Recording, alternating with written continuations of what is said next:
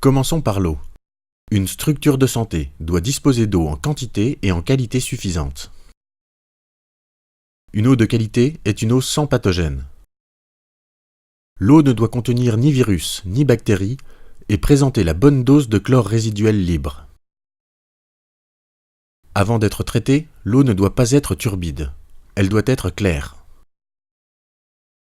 Si vous pouvez distinguer le cercle au fond du turbidimètre lorsqu'il est plein, c'est que l'eau est suffisamment claire. Elle doit être dépourvue de composants toxiques, comme les pesticides ou les métaux lourds. Les gens qui boiront l'eau doivent être satisfaits de sa qualité selon les critères organoleptiques. MSF doit fournir de l'eau en quantité suffisante.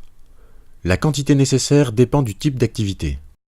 Pour les consultations médicales, il faut de l'eau propre pour les soins, l'hygiène, l'entretien et la boisson, avec un stock de sécurité de 2 jours minimum. Vous aurez ainsi le temps de trouver une autre solution en cas de problème d'approvisionnement. 5 litres par patient et par jour suffisent pour les cliniques mobiles et les services de consultation externe. Les besoins sont plus importants en cas d'hospitalisation. Les services d'hospitalisation fonctionnent 24 heures sur 24. 60 litres par patient par jour suffisent pour les activités médicales, l'entretien structurel, la désinfection et la buanderie, mais aussi l'hygiène personnelle, la cuisine et l'hydratation des patients et des soignants. Il faut encore plus d'eau pour le bloc opératoire et la salle d'accouchement. Ici, les besoins de base se calculent par intervention, et non par personne et par jour. Idéalement, les blocs opératoires et les salles d'accouchement ont leur propre stock d'eau, afin d'assurer la continuité de ces services vitaux. Dans les unités d'isolement, les centres de traitement du choléra par exemple, il faut beaucoup d'eau pour assurer une désinfection efficace.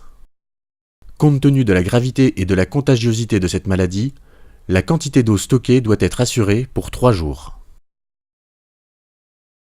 Les centres d'isolation pour les fièvres hémorragiques virales de type Ebola nécessitent les besoins en eau les plus importants, jusqu'à 400 litres d'eau par personne et par jour. MSF utilise des réservoirs de différentes formes et capacités, généralement entre 1 et 60 mètres cubes. Il peut s'agir de réservoirs souples, de polytanks rigides, de châteaux d'eau provisoires ou permanents, ou de réservoirs à structure métallique. La distance entre la structure de santé et le point d'approvisionnement en eau ne doit pas dépasser 100 mètres.